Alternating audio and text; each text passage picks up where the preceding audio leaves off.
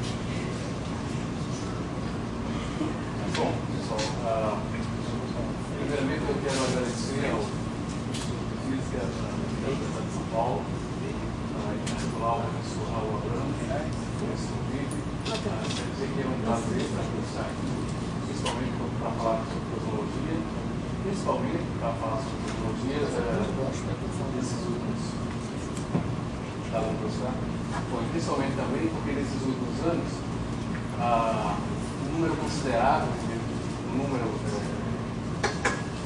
desenvolvimentos importantes transformaram completamente a cosmologia, radicalmente a cosmologia, de uma ciência bastante especulativa para uma ciência que agora é fundamentada em resultados observacionais que a cada momento se revelam mais contundentes, mais esclarecedores e mais precisos. De tal maneira que é possível agora, juntando observação e teoria, ter uma visão melhor do universo que nós vivemos. Bom, nesse seminário eu vou tentar mostrar um cenário bem geral sobre cosmologia. Naturalmente, alguns pontos importantes não serão abordados aqui, porque é difícil resumir em uma hora os desenvolvimentos que ocorreram durante quase um século, desde o trabalho inicial de Einstein, em 1917, quando ele fundou a cosmologia relativista moderna. Bom, o título do meu seminário é Cosmologia de Einstein e Energia Escura, e antes de iniciar esse seminário eu preciso definir o que é escuro aqui nesse seminário. E sempre que eu me referir a uma componente escura, seja ela de matéria ou de energia escura, ou de energia, esse adjetivo escuro se refere a uma componente que não emite a radiação em nenhum comprimento de onda do espectro eletromagnético. Portanto, ela não pode ser vista, ela só pode ser inferida, a sua presença só pode ser inferida a partir do efeito gravitacional que ela tem sobre a matéria visível. Então, sempre que eu falar desse adjetivo escuro aqui, eu estou me referindo, estou dando esse sentido para esse adjetivo. Bom, então eu vou começar lá no comecinho, e eu vou começar com um pensamento que Einstein denominou como sendo o pensamento mais feliz de sua vida, certo? E segundo Abraham Pais, que escreveu uma biografia muito completa sobre a vida de Einstein, esse pensamento veio sua mente, o pensamento de Einstein, em 1909, ou seja, 4 anos após a publicação dos seus artigos sobre relatividade, sobre o movimento browniano e sobre o efeito fotoelétrico. E quando Einstein ainda trabalhava no escritório de patentes lá na Suíça, ele começou a se preocupar com o problema da gravitação. Como introduzir a gravitação na teoria, como relacionar a gravitação na sua teoria da relatividade especial. Certo? E com isso ele teve o que ele chamou o pensamento mais feliz da vida dele, que pode ser traduzido hoje numa versão moderna, chamado princípio da equivalência. E que eu não vou entrar em detalhes, obviamente, sobre o princípio da equivalência aqui, mas a gente vai ver que é uma equivalência entre sistemas acelerados, ou seja, a aceleração da maneira geral, e a gravitação. E eu trouxe esse filmezinho aqui para mostrar a vocês como é que isso pode ser visto. Então, Einstein supôs o seguinte: como é que a gente chega num elevador, certo? Quer dizer, O pensamento dele é que você cai junto com a gravidade que era livre, você então elimina a gravidade, pelo menos na sua vizinhança local, tá certo? E de tal maneira é o seguinte, você elimina a gravidade de tal maneira que se eu soltar agora qualquer coisa, se eu soltar isso aqui, ao invés disso cair em relação a mim, isso permanece parado, porque eu estou caindo junto com a gravidade, tá certo? Olha, na primeira situação, Einstein estava no elevador na presença de um campo gravitacional, porém parado, tal como eu estou aqui, certo? Isso, ele caiu, ficou em queda livre, extinguiu a gravidade na sua vizinhança local, digamos assim, mas agora ele está na ausência de um campo gravitacional, no espaço geral, digamos assim, e aí o foguete é acelerado e ele volta para o seu estado inicial. Ou seja, a equivalência aqui é, está na ausência de um campo gravitacional, na presença de um campo gravitacional, como eu estou aqui, parado, é equivalente a estar na ausência de um campo gravitacional, porém acelerado. Daí ele vira essa equivalência, esse link entre aceleração e gravidade, tá certo? E desenvolve toda uma teoria que vai combinar cerca de 7 anos depois com a relatividade geral. Claro, desde esse primeiro desenvolvimento, dessa primeira semente que é o princípio da equivalência, até a relatividade geral, são anos de trabalho, tanto do ponto de vista físico como do ponto de vista matemático, para materializar essa ideia e todos os desenvolvimentos que essa ideia desencadeia. Bom, o Raul me pediu para não fazer nenhuma conta, e eu não vou fazer nenhuma conta, mas eu vou mostrar essa equação vai aparecer umas 2 ou 3 vezes no seminário, mas a gente vai entender exatamente o que ela significa, porque ela é o resultado daquela ideia de Einstein, certo? Ela é o resultado de 7 anos de trabalho puro, tanto do ponto de vista físico como do ponto de vista matemático, para materializar aquela ideia, o princípio da equivalência, em equações matemáticas. E essa equação aqui, eu estou chamando isso de equações de Einstein, essa expressão aqui é conhecida na literatura como as equações de campo de Einstein. Você já pode estar se perguntando, bom, mas aqui só tem uma equação, ele está falando no plural. Porque na verdade esses índices aqui, eles variam, certo? 0 a 3, portanto nós temos aí um conjunto de 10 equações diferenciais não lineares acopladas, certo? Depois que você tira esse registro, sobra com 10 equações não lineares acopladas. Por isso que eu estou falando isso no plural. Mas o que é importante para nós aqui é entender fisicamente o que essas equações significam. E as equações significam o seguinte: elas estabelecem, na verdade, uma relação, ou elas estabelecem um compromisso entre a geometria do espaço-tempo e o conteúdo material que está nesse espaço-tempo. Ou seja, o conteúdo material existente num certo espaço-tempo, tá certo? Que ele determina como a geometria do universo desse espaço-tempo é modificada, ou seja, como ele é encurvado pela presença desse conteúdo material, e a curvatura desse espaço-tempo, ou seja, a geometria modificada aqui, diz como esse conteúdo material deve se comportar, como ele deve se movimentar por causa dessa curvatura. Então, é equivalente a isso aí.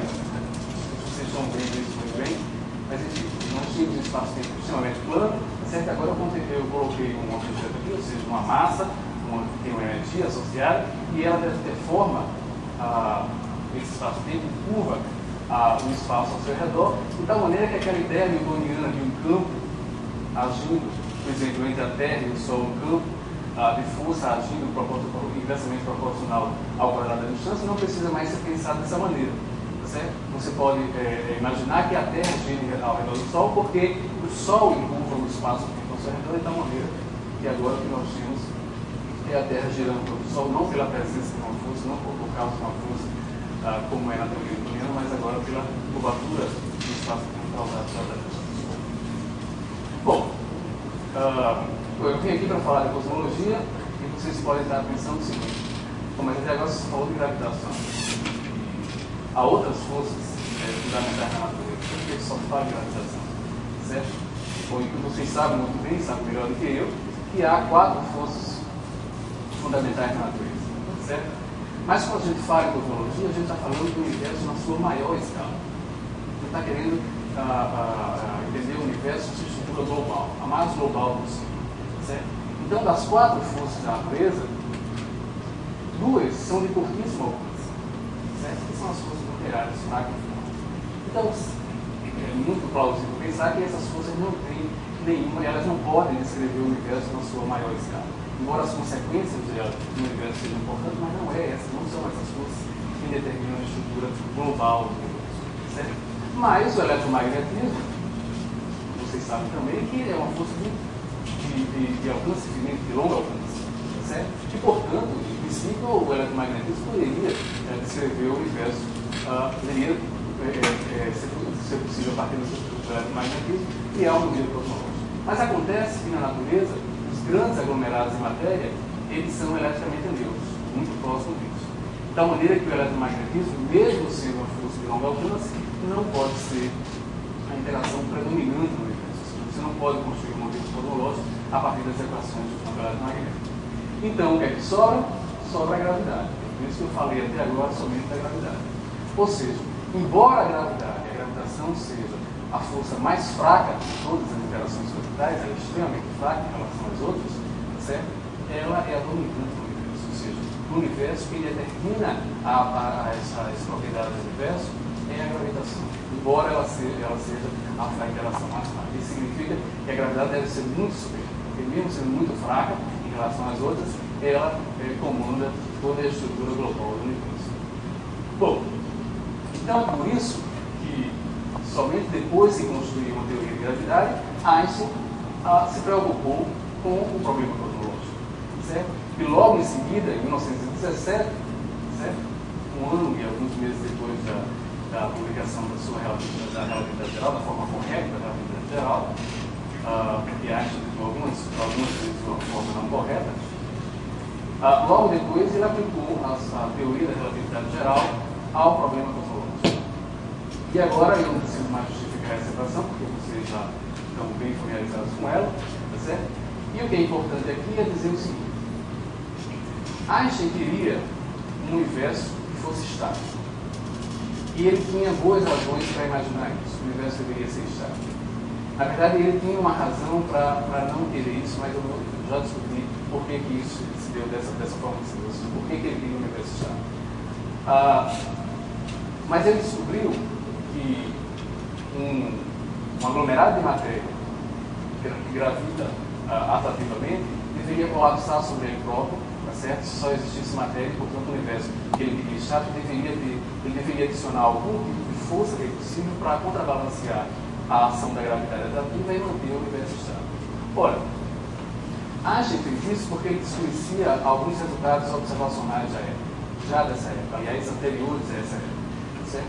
E aí é que mora o benefício de se conhecer também os aspectos observacionais das teorias que nós temos hoje, assim como Einstein poderia ter conhecido nessa época. Porque o Vertus Leiter, que era um astrônomo do Royal Observatory no Arizona, ele já tinha descoberto, ele já tinha percebido que o universo e algumas galáxias do universo, que naquela época não eram conhecidas como galáxias, elas se afastavam de nós, da nossa galáxia. Certo? O Vertus Leiter, na verdade, ele tinha uma amostra de 41 galáxias e mostrava só uma delas, que era Andrômeda, estavam se aproximando de nós, mas as outras estavam se afastando de nós. Ou seja, ele tinha uma primeira indicação, que nem ele mesmo acreditou naquilo, tá certo? De que o universo poderia ter uma expansão. Tá certo? Isso eu estou falando aqui de 1912. Tá certo? Agora, o Eddington, que era o astrônomo royal naquela época, ele percebeu isso. No livro que ele publicou em 1903, ele colocou os dados que ainda não eram publicados do Slipher, tá certo? E disse que isso deveria ter uma importância muito grande para a cosmologia. Mas Einstein não sabia disso. Então, o que foi que ele fez nas suas equações? Ele colocou um termo adicional, que é justamente esse termo para fazer com que o universo não colapse sobre si próprio, ou seja, que ele permanecesse estável. E esse termo aqui, que é o que a gente chama em cosmologia, que ficou conhecido como sendo a constante cosmológica. Certo? Einstein colocou esse termo adicional, que é uma espécie de antigravidade. Não é exatamente uma antigravidade, mas é uma espécie de sermos assim, certo? É uma constante cosmológica, certo? Uma espécie de pressão negativa para contrabalancear o efeito atrativo da gravidade. Isso tudo para manter o universo estável, certo? Então, eu queria chamar a atenção disso aqui, pressão negativa, tá certo? Isso vai ser importante agora, nos dias atuais. Bom, isso eu estou falando aqui em 1917 e 1920. Mas em 1922, 1922, esse matemático russo chamado Friedman, ele encontrou algumas soluções das equações de campo de Einstein que eram soluções expansionistas. Certo? O universo expandia ao invés de ser estático como Einstein queria. E Friedman publicou o primeiro trabalho para um universo parcialmente fechado, ou seja, uma curvatura positiva, tá certo? Em 1922. E aí tem um fato histórico importante envolvendo Einstein e Friedman. E o fato importante é o seguinte: a gente aqui está em 1922, Friedman era um matemático não tão conhecido assim, tá certo? E Einstein tinha acabado de ganhar o prêmio Nobel em 1921. Certo? Então, Einstein era um físico extremamente conhecido, certo? Talvez o físico mais importante daquela época. Estava viajando o mundo todo, dando que iniciou em 1925, certo? Lá no Observatório Nacional, em maio de 1925. E o que aconteceu aqui foi que Friedman publicou esses resultados e Einstein ficou sabendo dos resultados e publicou essa nota em 1922 ainda, em que ele diz o seguinte: bom, o título é essas considerações aqui sobre o trabalho de Friedman, certo? Sobre a curvatura do espaço. E ele diz que o trabalho citado contém um resultado que diz respeito a um mundo não estacionário, escondido, certo? Que parece suspeito para mim, certo? Não para mim, para a arte, certo? Hoje em dia a gente sabe que isso não é suspeito, né? Naquela época ele achou que era suspeito. Na verdade, essas soluções não parecem ser compatíveis com as equações de campo, aquelas equações que eu mostrei para vocês. Das equações de campo segue necessariamente, enfim, ele faz uma consideração e ele acha que o Friedman errou nas contas. Tá certo? E aquela solução expansionista, na verdade, ela não deveria existir, era um erro de cálculo.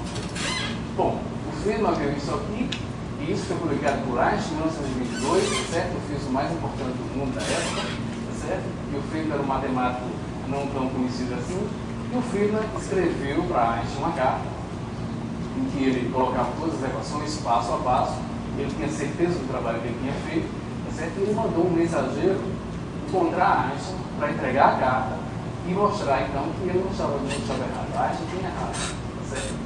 Bom, e o mensageiro levou algum tempo para encontrar Einstein, não era fácil encontrar Einstein naquele tempo, e finalmente ele encontra Einstein e entrega a carta, a prova de que o Friedman estava correto, então Einstein se redime e publica um novo artigo. Isso é o artigo original completo, não é o abstrato, isso é o artigo completo, certo?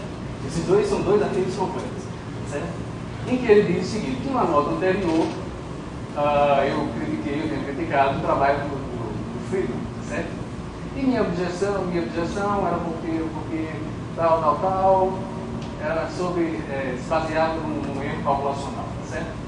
Eu estou convencido que os resultados do Mr. Friedman são ambos corretos e esclarecedores, tá certo?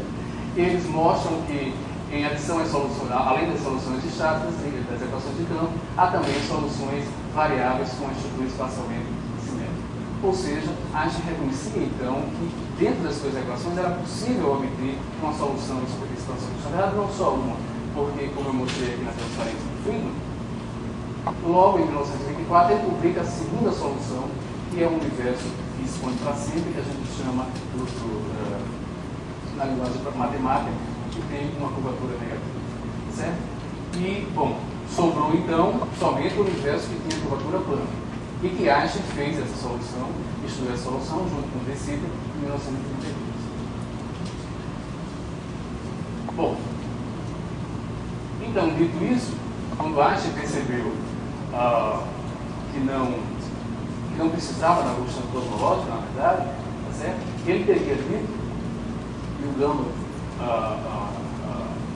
foi no livro dele de 1970, se não me engano, e essa conversa que ele teve com Einstein, que Einstein teria dito que a constante cosmológica foi o maior erro da vida dele, certo? Mas o James Joyce disse num contexto completamente diferente que um gênio nunca comete erros, certo?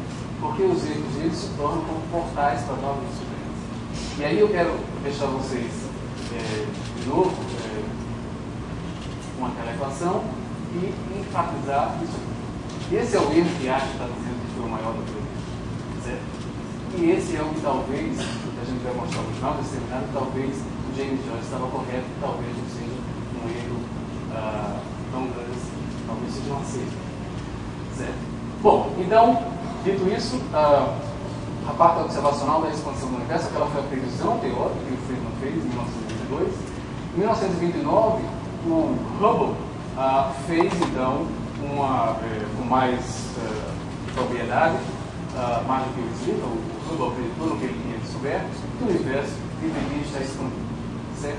E para isso ele utilizou uma classe de estrelas, que são estrelas que pulsam, certo? Chamadas cefeidas, e essas estrelas têm uma característica muito interessante, que é que o período de pulsação delas é proporcional ao brilho delas. Ou seja, quanto mais brilhantes, quanto mais luminosas, maior o período de pulsação delas. Certo? Então, se você observa essas estrelas aqui, na nossa vizinhança, certo? Nas galáxias próprias, ou até dentro da nossa galáxia, você pode, então, pelo período dela, descobrir a magnitude dela.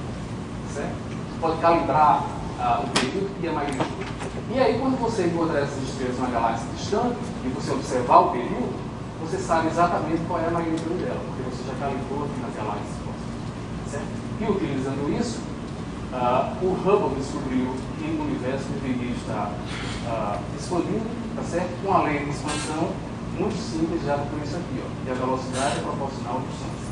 Ou seja, uma galáxia próxima se afasta de mim, tem uma velocidade de recessão menor do que uma galáxia que está distante. Certo? Segue uma lei linear, pelo menos para o universo local. Certo? Depois, a taxa de expansão, a derivada da taxa de expansão do universo começa a ser importante, e aí você tem um desvio dessa lei. Mas para o universo local, isso aqui vale muito bem. Certo? Bom, daqui a gente tem o seguinte, esse parâmetro aqui, que a gente chama em cosmologia de parâmetro de Hubble, tá certo? Claramente ele tem uma dimensão de tempo menos 1. Correto? Então, o parâmetro de Hubble, ele, na verdade, ele estabelece uma escala de tempo do universo. Ou seja, 1 sobre H0 deve dar aproximadamente a idade do universo. Essa é a escala de tempo do universo que surge diretamente da lei de Hubble. Você pode mostrar também que essa lei é a única lei que é compatível com o universo homogêneo isotrópico, como é a suposição que a gente faz sempre para tornar o problema matematicamente tratável, como é observado nas grandes escalas de universo. Bom, e aí o Hubble, a partir desses dados aqui, eu sinceramente não sei como é que ele virou uma lei linear nesses pontos, tá certo? Porque esses pontos aqui você pode passar até um seno aqui, daria certo, mas enfim, ele tirou essa lei linear e a partir desses pontos aqui ele encontrou que H0 deveria ser aproximadamente 528 km por segundo por megapassec, onde 1 megapassec é dado por isso, certo? 3,26 vezes 10 a 6 anos. Quando você inverte isso aqui, você tira que a idade do universo deveria ser algo da ordem de 2 bilhões de anos. Certo? Mas isso é completamente incompatível até com a idade da Terra. E aí surgiu o chamado primeiro problema da idade do universo.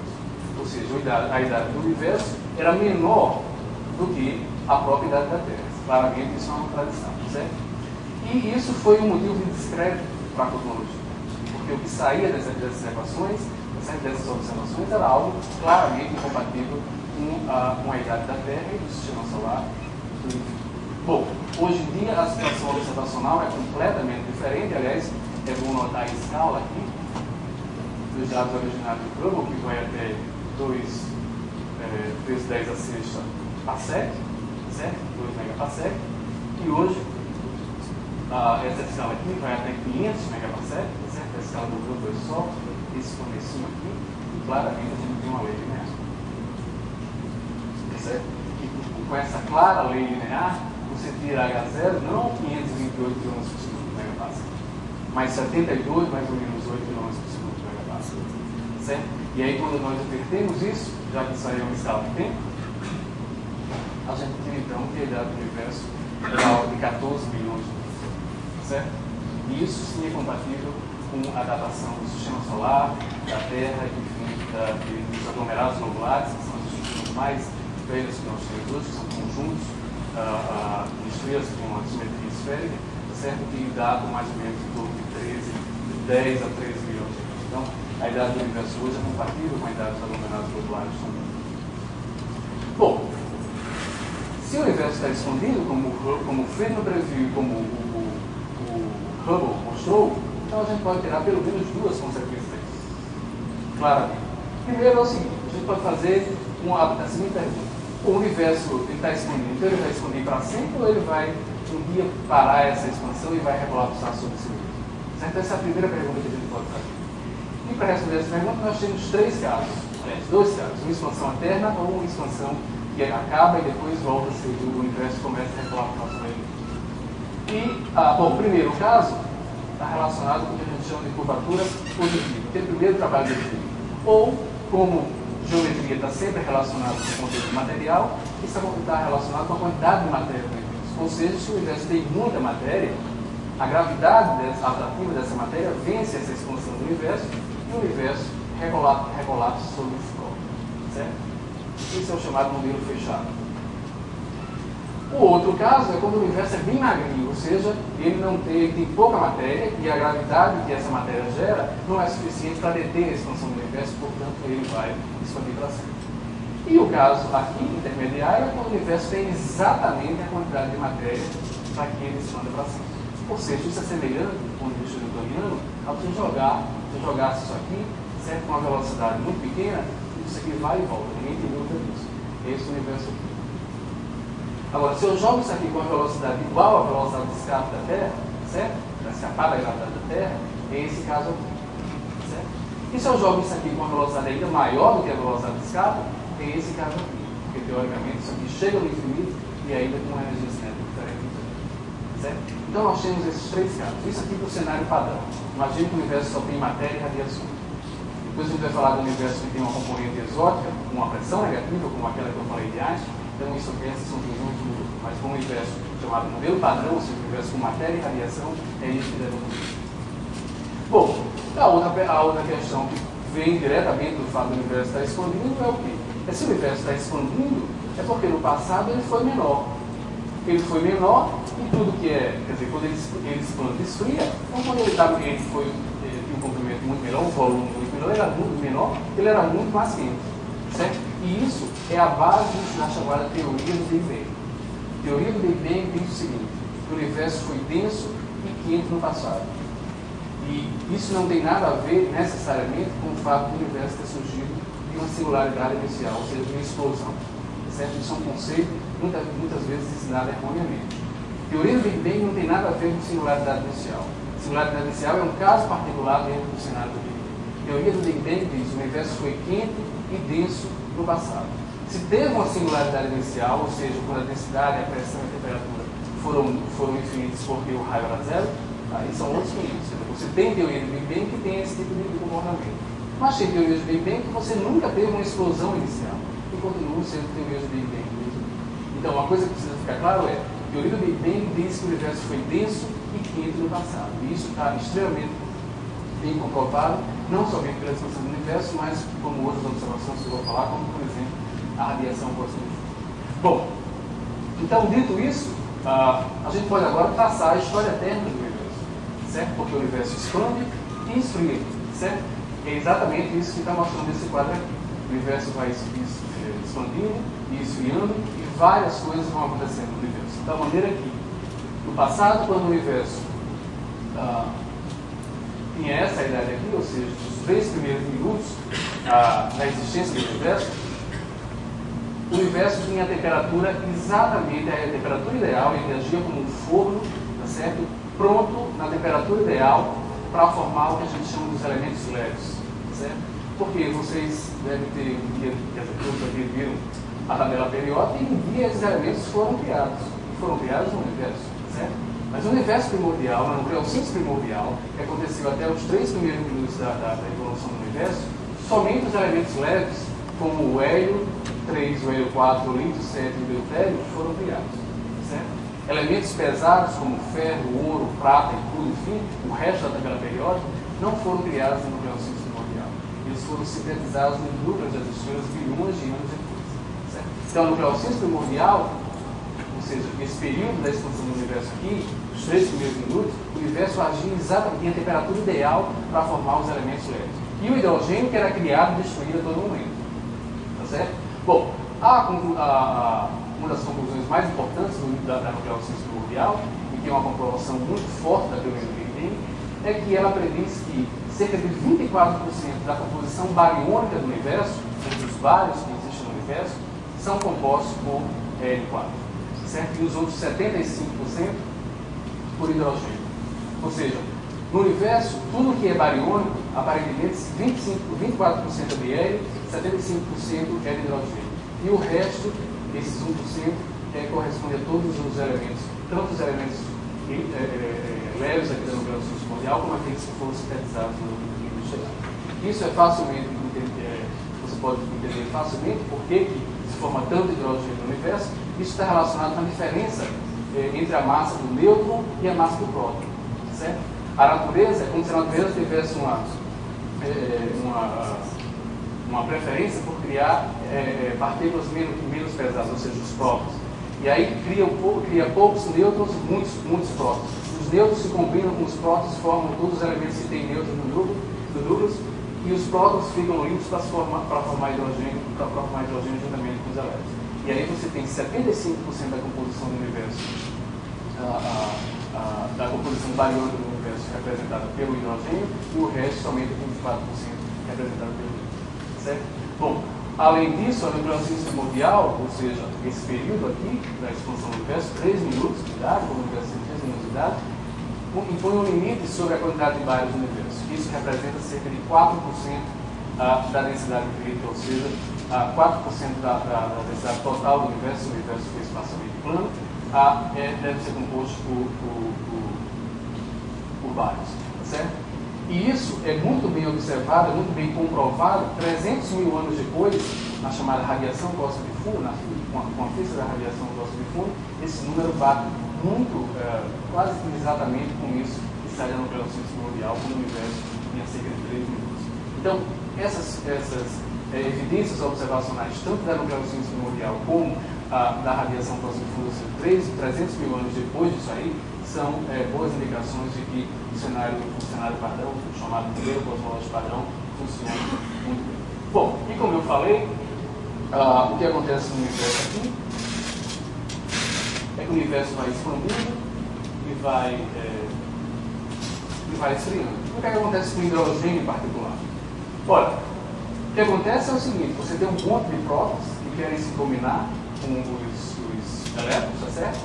E então o próton vê um elétron no universo primordial e quer se juntar via atração eletromagnética para formar o hidrogênio, certo? Mas aí os fótons, eles têm uma temperatura muito alta, muito maior do que a energia de ligação do hidrogênio. Então, quando o fóton vê esse tipo de ligação, ele vai e quebra a ligação.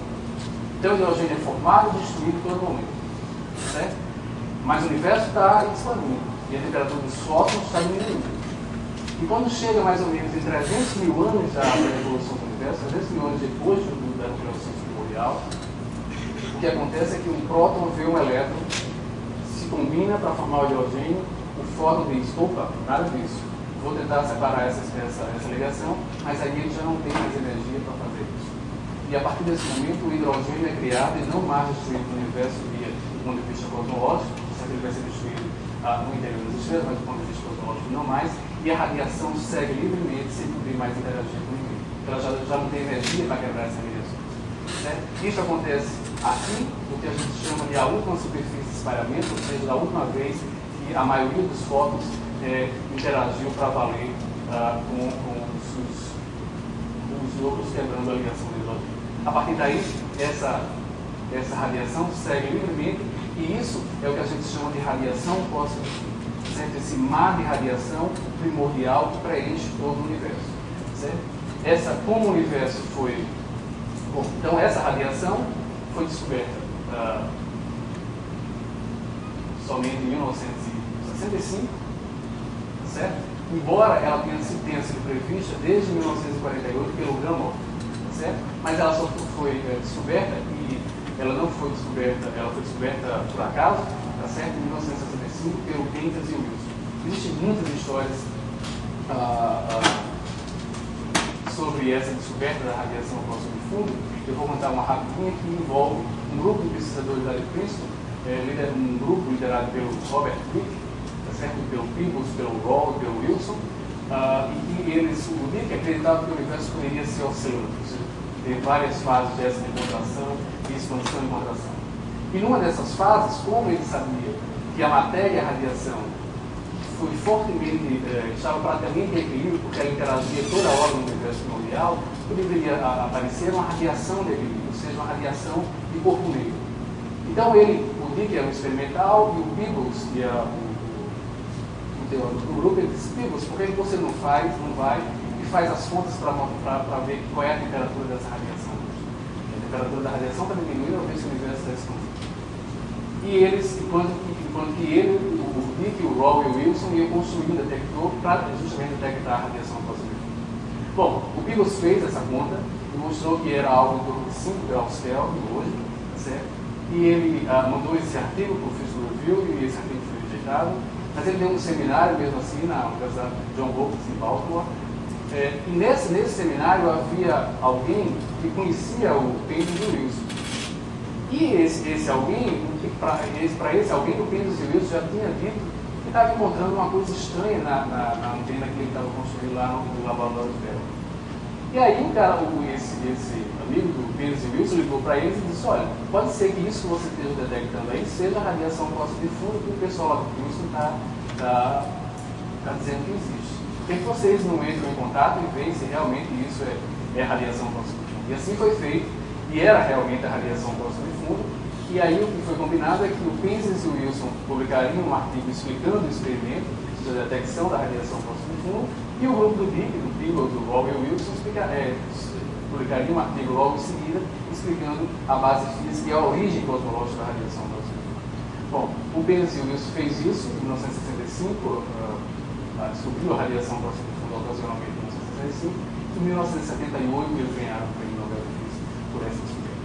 Bom, e como o universo estava muito aproximadamente em equilíbrio no passado, então o espectro que se esperava, é um espectro de corpo, espectro de equilíbrio, certo? Para essa radiação. E isso foi detectado por esse instrumento aqui, foi colocado no estetoscópio na década de 80, ele foi publicado em 90 e 92, 95, e isso são os pontos observacionais da radiação cósmica de fundo, e isso aqui é a curva teórica. Essas barras de erro foram aumentadas em 405, ou seja, elas foram aumentadas 400 vezes para que vocês pudessem estar vendo as barras de erro e a curva observacional. Esse espectro é tão perfeito, algumas pessoas chamam que esse é o espectro de Deus, porque é tão perfeito, bate tão perfeitamente entre, quer dizer, o que é observado e a radiação, você precisa aumentar em 400 vezes a barra de erro para ela ser perceptível, certo? Além disso, você pode ainda calcular, claro, utilizando a lei de fundo, quem é a temperatura hoje, e a temperatura da radiação cósmica de fundo é 2,725 Kelvin. Certo? Então essa é a temperatura do universo, a temperatura da radiação cósmica. O universo é extremamente frio, certo? E vai se tornando cada vez mais frio, dada a expansão do universo. Bom, mas embora essa radiação seja extremamente homogênea e isotrópica, seja extremamente isotrópica, existem algumas flutuações na temperatura da radiação cósmica. E essas flutuações são extremamente importantes porque elas são, na verdade, elas são relacionadas com a origem, com o que vai ser, que vão ser as estruturas que nós observamos, os grandes aglomerados de galáxias, as galáxias, todos os sistemas planetários, ou seja, todas as estruturas do universo. As flutuações são diretamente conectadas com isso. As flutuações na temperatura da radiação cósmica. Certo? E na década de 80, o satélite COBE foi lançado justamente para medir essas flutuações de temperatura. Certo?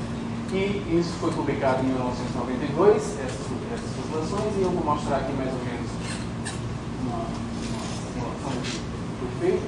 Quer dizer, é como se alguém estivesse se aproximando da Terra, e a primeira coisa que você ia ver era que a Terra era redonda. Depois você vai se aproximando mais ainda, então você começa a perceber os oceanos, os continentes, você vai se aproximando mais ainda, você começa a resolver estruturas menores, e assim por diante.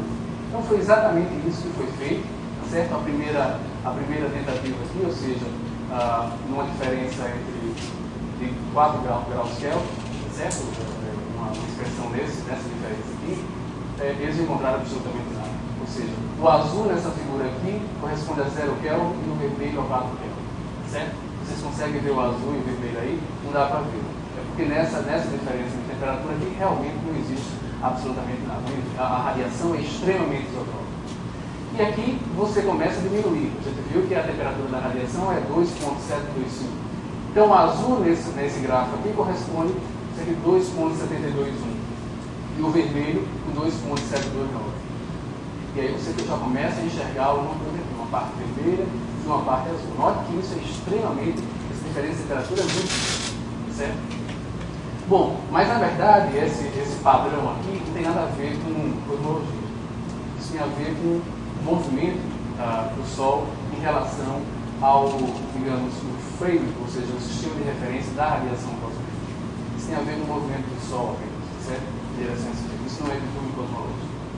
Isso não é variação da temperatura cosmológica, certo? Então, quando isso é retirado, isso aqui a gente chama da entropia de pó. Quando isso aqui é retirado, isso, mas só, mesmo quando isso aqui é retirado, a gente já tem as flutuações. Essas flutuações são 30 vezes menores do que aquela, certo? E essas sim são de cunho cosmológico. Essas são as flutuações da temperatura da radiação cósmica de fundo, que são uma espécie de imagem do que das flutuações de densidade na matéria que vão ser amplificadas com a expansão do universo e formar os grandes aglomerados de galáxias e as galáxias todas as universo. Bom, aqui a razão entre o vermelho e o azul corresponde a 0,0002. E aí você consegue ver exatamente, consegue delinear aí essas diferenças de temperatura. Bom, isso aqui foi o que foi mostrado pelo Kolbe, e aqui eu estou mostrando para vocês uma simulação do WMAP, que é um satélite agora dos anos 2013 e 2006, certo? Vocês notam aqui, você aqui consegue realmente resolver com muito mais propriedade do que foi feito no Kolbe em 1992. Esse gráfico aqui em particular, esse mapa aqui em particular, em comparação com essa resolução aqui, é muito melhor.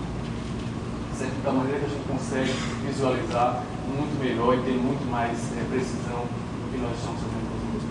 Bom, só para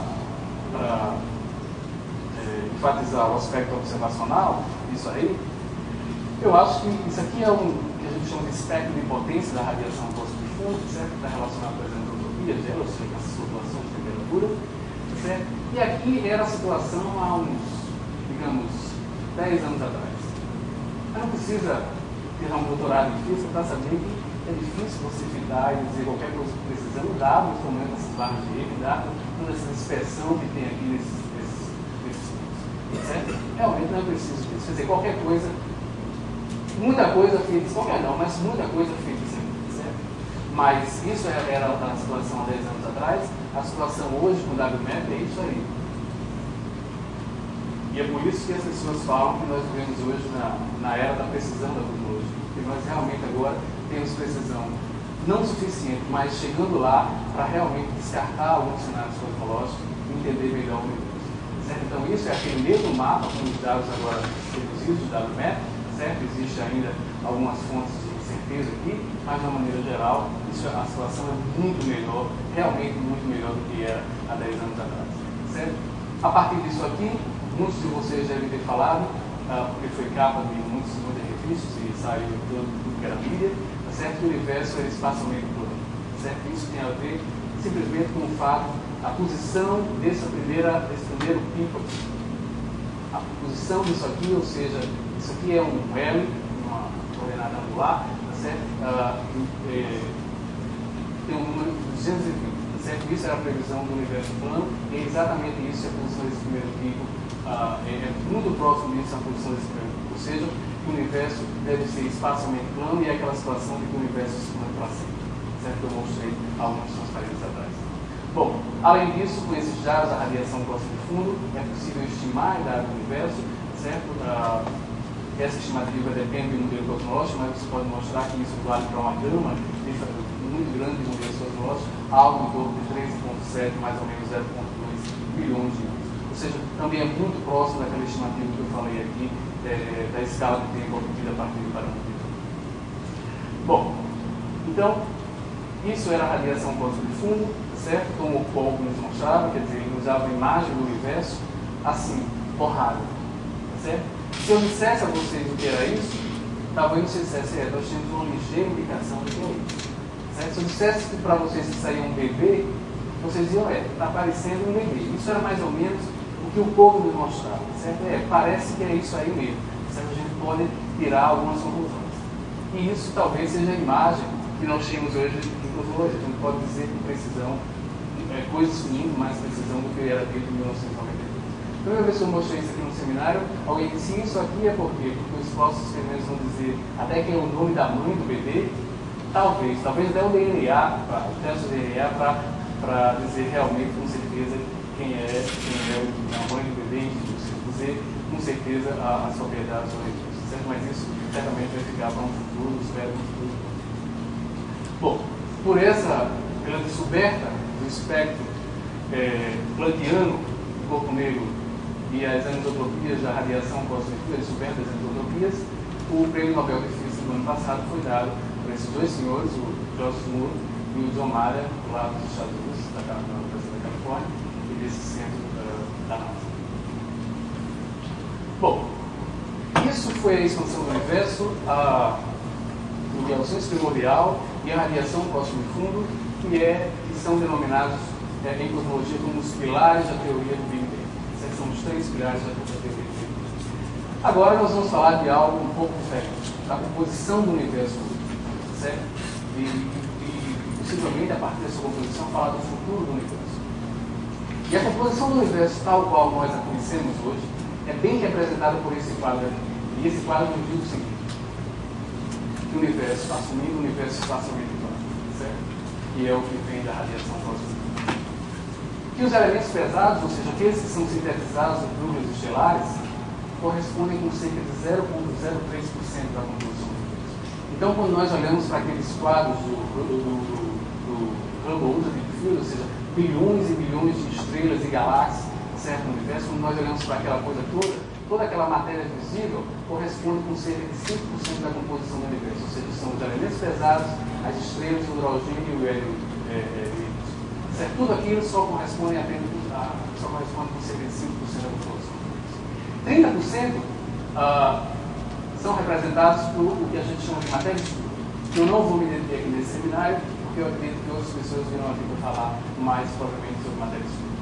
E 65% da composição do universo corresponde a algo que a gente realmente não conhece, que é denominado energia escura. Certo? E energia escura, que desse quadro fica claro que se nós queremos entender o universo hoje, certo? É preciso entender fundamentalmente a natureza dessas duas componentes, que são as componentes que realmente pesam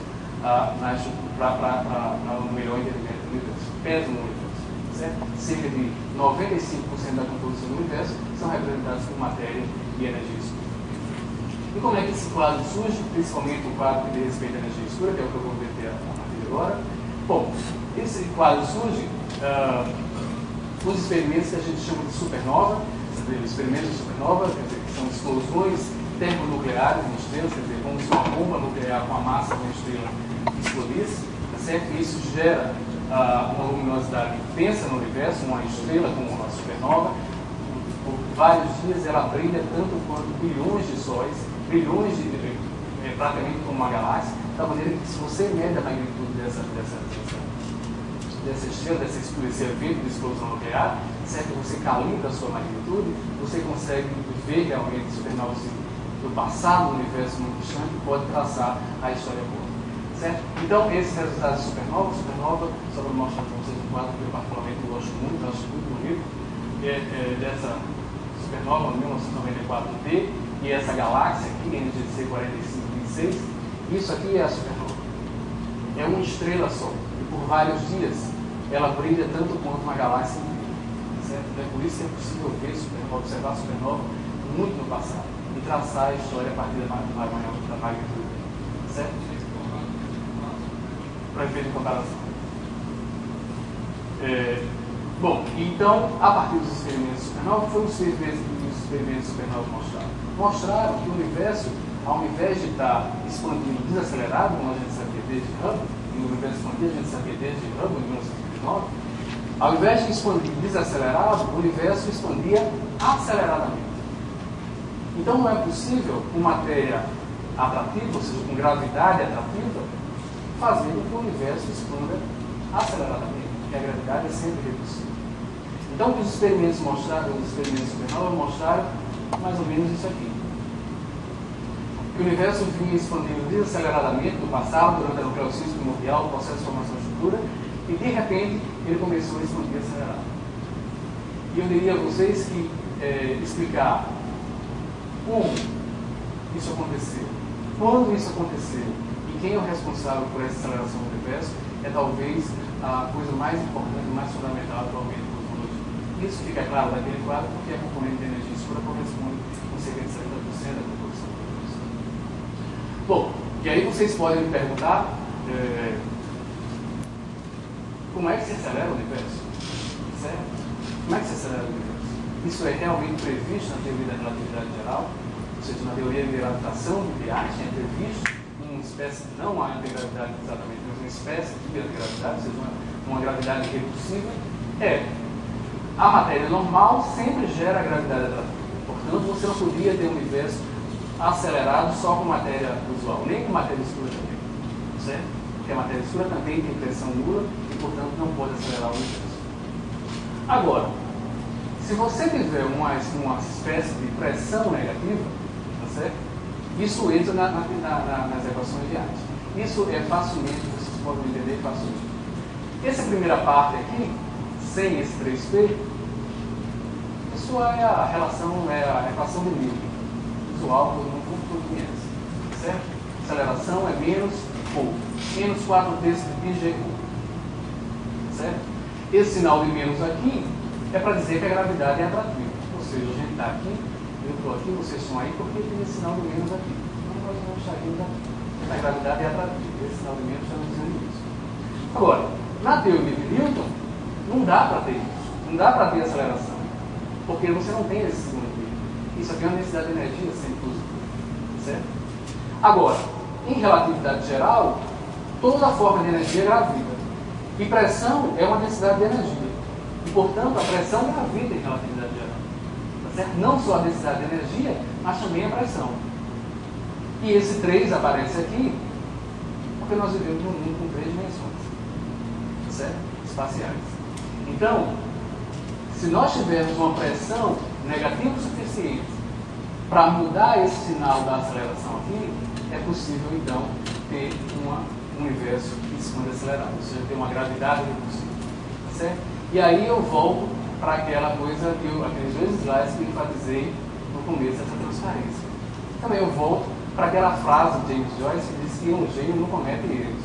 Certo? Que Einstein disse, olha, a constante cosmológica deve ser não, foi o maior erro da minha vida. Certo? Mas a constante cosmológica age no sentido moderno, certo? No sentido de teoria quântica de campos, não nesse sentido estrito que Einstein colocou aí, mas no sentido moderno, como uma espécie de componente de pressão negativa. Einstein colocou a constante cosmológica para segurar a expansão e fazer com que o universo fosse estável. Certo? Era essa pressão para segurar a atração gravitacional e o universo não colapsar sobre ele próprio. Mas agora, a constante cosmológica pode ser entendida como uma pressão que faz com que o universo não somente não colapse sobre ele próprio, mas expanda aceleradamente. Tá certo? Então é por isso que eu coloquei aquela frase de James Joyce, porque pode ser que essa constante cosmológica de Einstein, que ele considerou como sendo o maior erro da vida dele, pode ser que isso seja exatamente a energia escura que a gente está precisando, que a gente está procurando para explicar a aceleração do universo. Bom, do ponto de vista observacional, o que a gente tem a dizer sobre a constante cosmológica? Porque tudo bem, ela podia ser a pressão negativa que a gente gostaria de ter para explicar a aceleração do universo, mas ela podia não passar pelo crivo observacional, que é a coisa mais importante. Tá certo? É a coisa mais importante, que é a comparação com a natureza, que é a natureza que a gente quer descrever. Bom, mas do ponto de vista observacional, a constante cosmológica age dessa maneira. No começo, o universo foi dominado pela radiação, na época da nucleossíntese até a radiação pós-nuclear. Aqui, a matéria passa a dominar. Quando o hidrogênio, quando a radiação pós-nuclear já não pode mais, já não interage mais com a matéria, com o hidrogênio principalmente, certo? Com a matéria de maneira geral. Então a matéria começa a dominar e aqui você tem todo o processo de formação de estrutura ocorrendo, as galáxias, formam e tudo isso. E a constante cosmológica, que no passado não era importante, tá certo? Porque ela é muito pequena, tá certo? E no passado não foi importante, não alterou absolutamente nada nesse cenário. Hoje em dia, ela começa a dominar. E aí, a expansão do universo começa, tá certo? Mas, de novo, a constante cosmológica poderia não ser bem vista do ponto de vista observacional, mas ela realmente é. A constante cosmológica passa em quase todos os testes observacionais que nós temos hoje, tá certo? Ele é um excelente candidato para a energia escura. Eu diria que é o principal, sem medo de errar, que é o principal candidato para a energia escura é a constante cosmológica, tá certo? Porque ela passa, do ponto de vista observacional, por todos os testes que nós temos hoje. Agora, nem tudo são flores quando nós falamos sobre constante cosmológica, certo? Nem tudo são flores. Isso porque existe um problema na literatura, que muitas pessoas consideram como sendo o problema mais complicado de se resolver na física, que é o chamado problema da constante cosmológica, certo? Não é de graça que a constante cosmológica é um bom ajuste para os dados observacionais. E esse problema diz respeito a uma discrepância entre o que é aparentemente observado pelas observações cosmológicas, pela observação astronômica, que é o resultado disso, e a previsão para a constante cosmológica que vem da teoria quântica de campos. Essa discrepância, e não vale a pena mencionar os detalhes, né? Essa discrepância é algo de 120 ordens de magnitude. Ou seja, não é 120 vezes maior ou menor, é 10 elevado a 120. A discrepância entre o que é aparentemente observado das observações cosmológicas, não observa a constante cosmológica exatamente, mas observa a densidade de energia associada à energia escura, tá certo? Essa densidade de energia é cerca de 120 ordens de magnitude menor do que é o que é previsto pela teoria quântica. E isso é o que é denominado na literatura como o problema da constante cosmológica. De tal maneira que algumas pessoas pensaram em alternativas para isso, tá certo? E uma das alternativas é o que a gente chama de quintessência, ou seja, o campo escalar, e ao invés de nós termos uma constante cosmológica, nós teríamos um campo escalar, que seria essa energia escura. E eu escolhi aqui, tem vários candidatos de quintessência, mas eu escolhi um aqui que eu particularmente gosto muito, pelo menos do ponto de vista eu gosto muito do ponto de vista do resultado que isso vai causar no universo, que é o chamado campo fantasma. Campo fantasma é uma proposta de quintessência que tem uma pressão extremamente negativa, ainda mais negativa do que a constante cosmológica. Ou seja, então ele acelera o universo sem absolutamente nenhum problema. E esses campos fantasma, há uns 2 ou 3 anos atrás, eles eram bem vistos do ponto de vista observacional. Eles também passavam no teste observacional. Aliás, quando você tirava os testes das observações, na verdade, essas observações levavam para a ideia de que poderia haver o campo fantasma. Ou seja, do ponto de vista de pressão, ele é uma pressão mais negativa do que a constante cosmológica. Mas o que é que isso gerou? Isso gerou um cenário catastrófico para o fim do universo. E em cosmologia, a gente está preocupado não somente com o início, com a evolução, a origem da evolução, mas também com o futuro do universo. E o campo fantasma, o que acontecia? Por isso que ele tem esse nome assim. É porque o universo vai expandindo e ao invés da densidade de energia dele decrescer, aumenta. O universo vai expandindo e o campo fantasma a densidade de energia dele vai aumentando. Mas ele tem uma pressão muito negativa associada a ele. De tal maneira que o universo vai expandindo, a sua densidade de energia vai aumentando, a pressão dele é muito negativa e ele começa a interferir nos sistemas que estão gravitacionalmente ligados, ou seja, nos aglomerados de galáxias, nas galáxias, nos sistemas planetários. Ele começa a vencer a gravidade que faz com que esses sistemas sejam gravitacionalmente ligados. Tá certo? E ele começa a romper esses sistemas, tá certo? Destruir tudo que existe. Por isso que é um fim catastrófico do universo. Tá certo? Bom, e é possível ainda, em 2 artigos, um foi publicado no Fissure Violeta por Caldwell, por Neopopos e pelo Weinberg, e um outro que foi publicado no Fissure pelo Golau-Poulos. Eles calcularam em quanto tempo, eles mostraram não somente que a densidade de energia desse campo tende para infinita, ou seja, ela vai dominar tudo no universo, e isso acontece num tempo finito. E eles calcularam esse tempo, que essa densidade de energia vai dominar completamente o universo. E esse tempo é cerca de 22 milhões de anos a partir de hoje, exatamente de agora. Tá certo? Bom, e aí eles calcularam também, não é uma conta tão difícil de fazer, quanto tempo leva para cada sistema gravitacionalmente ligado ser destruído por esse campo fantasma. Isso aqui é basicamente o período de rotação desse sistema, certo? E eles calcularam o seguinte, que aqui está o Big Rip, 22 bilhões de anos a partir de agora. E aqui estamos nós. E eles mostraram que 60 milhões de anos antes do Big Rip, galáxias do tipo da nossa, a Via Láctea, começam a sentir a influência desse campo fantasma e elas são destruídas. Tá certo?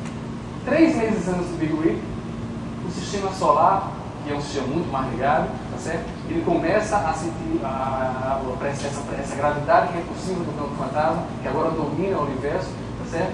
Começa a interferir nesses sistemas também, o sistema solar é quebrado completamente, tá certo? E aí você chega 30 minutos antes do Big Rip, ou seja, do fim, e até a Terra começa, sistemas tipo a Terra, do período tipo a Terra, não é exatamente a Terra, tá certo? Não aguenta e explode também, tá certo? Porque a gravidade agora dominante é completamente repulsiva. E você chega ainda a 10 a menos 19 segundos antes do Big Rip, e nem mesmo os sistemas que são ligados via força eletromagnética, como por exemplo os átomos, conseguem resistir a essa gravidade repulsiva, então os átomos também são quebrados, então vem o fim de uma maneira extremamente catastrófica se um campo fantasma fosse a componente de energia escura. Como eu disse a vocês, há 2 anos atrás isso estava no auge da sua compatibilidade do ponto de vista observacional. Mas os dados de 2 anos para cá mostraram que o best fit para essas observações cosmológicas aparentemente não é um campo fantasma, certo? Cada vez mais as observações se aproximam da constante cosmológica, certo? Uma equação do Estado que a gente chama constante igual a menos, ou seja, da constante cosmológica.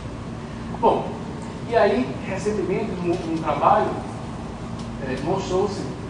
foi mostrado o seguinte: você pode fazer uma outra pergunta. Olha, o universo está expandindo acelerado, mas será que essa aceleração dura para sempre? Ou será que ela vai acabar em algum tempo? Porque se ela acabar, não tem mais Big Rip, tá certo? E foi mostrado que essa solução é possível sim. Um universo que teve todo o passado, tal como nós falamos, que é do ponto de vista observacional compatível com tudo aquilo que nós dissemos, que começou a acelerar, tal como aquele filmezinho mostrou, tá certo? Mais ou menos na época que as observações de evolução. Hoje em dia, aqui em Z igual a 0, redshift igual a 0 hoje, ele continua acelerado, tal como as supernovas querem que ele esteja, mas que no futuro o universo vai passar a ser desacelerado e, portanto, a gente não tem mais Big Rip, certo? Então esse é um cenário também de incandescência, mas que não tem Big Rip. Bom, aí vocês podiam dizer o seguinte para mim: bom, você não tem nada mais exótico para mostrar, vocês podem fazer a mesma pergunta que a Scientific American fez, então você não tem mais nada mais exótico para nos mostrar, e a resposta é exatamente essa aí. E a resposta é essa, já estou terminando, eu sei que eu estou passando o tempo, mas eu estou me referindo aqui a uma proposta que eu particularmente também gosto muito, que é a possibilidade de explicar a energia escura, não com relatividade geral, ou seja, não com explicar a aceleração do universo, não com relatividade geral, não com energia escura, mas com a possibilidade de nós vivermos num mundo tridimensional, imerso, num mundo quadridimensional, algum tempo, imerso numa dimensão eixo, certo? E isso é uma proposta que surge de física de partículas para resolver o chamado problema da hierarquia das forças fundamentais. Ou seja, o problema que eu falei aqui no começo do seminário: por que a gravidade é tão mais fraca do que as outras forças fundamentais? Certo? Isso pode ser um problema, pode parecer um problema teórico, mas é um problema que a gente pode ver facilmente. Suponha que eu tivesse um clips aqui, um ímã, e o peso é simplesmente, vocês sabem disso melhor do que eu, é simplesmente a atração gravitacional que toda a massa da Terra, todo o planeta Terra faz sobre esse clips, tá certo? Agora, se eu colocar um ímãzinho aqui, pequenininho, ele vai produzir uma força que tem uma origem quântica, mas do ponto de vista clássico é uma força eletromagnética, tá certo? Que vai vencer essa força gravitacional que todo o planeta Terra faz sobre esse clips, tá certo? Isso mostra claramente quão fraca é a gravidade, tá certo? E por que a gravidade é tão mais fraca do que as outras forças fundamentais? Esses senhores aqui, o Arcane Armed, o Dimopoulos e o Duval, eles propuseram em 98 uma solução para esse problema, que está hoje ser a solução do problema, mas é uma possível solução, e que na verdade o mundo que nós vivemos é uma membrana imersa numa dimensão maior. Ou seja, nós estamos confinados nesse mundo bidimensional, o eletromagnetismo, as forças nucleares, o som, tudo, enfim, todo o modelo padrão da física de partículas está confinado nesse mundo, nessa membrana, mas a gravidade é a única que pode escapar. Então a gravidade aparece mais fraca para nós porque ela é diluída numa dimensão X. Não é porque ela é muito mais fraca do que as outras, mas é porque ela é diluída numa dimensão X. E aí vocês podem estar se perguntando, o que isso tem a ver com o problema da aceleração do universo? O que isso tem a ver? Bom, então vamos fazer uma visão bem simplista da situação. Suponha que você tem uma partícula que tem uma energia potencial e uma energia cinética, e a energia mecânica total e conservada. E suponha que essa energia potencial gravitacional dessa partícula está diminuindo, porque ela está sendo diluída numa dimensão Y. Então o que acontece para conservar esse termo aqui? A velocidade, a energia cinética aumenta. Quando a energia cinética aumenta, essa partícula é como se fosse acelerada, a certa velocidade dela tem que aumentar. Então, é como se uma partícula no universo, que tem uma dimensão X, seguisse exatamente isso, começasse a acelerar em algum momento da expansão do universo. Eu quero dizer a vocês que modelos que a gente chama de cosmologia, lembrando, porque é baseado nessa ideia, eles são uma alternativa para a energia escura e, do ponto de vista observacional, eles têm sido investigados e até hoje, não tão bem quanto as funções cosmológicas, mas eles conseguem explicar diversas observações cosmológicas que nós temos. Bom, eu acho que eu já estou passando do tempo. Eu quero colocar esse quadro só para dizer que hoje em dia o que a gente vive na cosmologia é exatamente isso, um quebra-cabeça.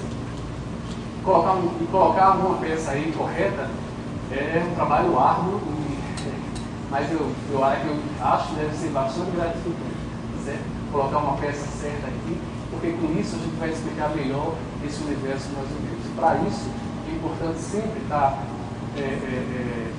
ligado não só na teoria em si, mas também nas observações. E aí eu cito aquilo que eu já citei aqui nas primeiras transferências, quando Einstein acreditava no universo de Chaplin, não sabia os resultados do universo certo? E assim como, quer dizer, sempre trabalhar sabendo o que está acontecendo do ponto de vista observacional e sabendo o que está acontecendo do ponto de vista teórico, parece ser realmente um bom caminho. Tá certo? Isso foi assim, a gente tem dois exemplos na física, como por exemplo Planck, tá certo? Que trabalhava assim, com um grupo experimental próximo dele, certo? E isso eu imagino que seja o caminho certo para que nós possamos colocar a peça certa nesse quebra-cabeça. Bom, é isso que eu tinha para dizer. Muito obrigado.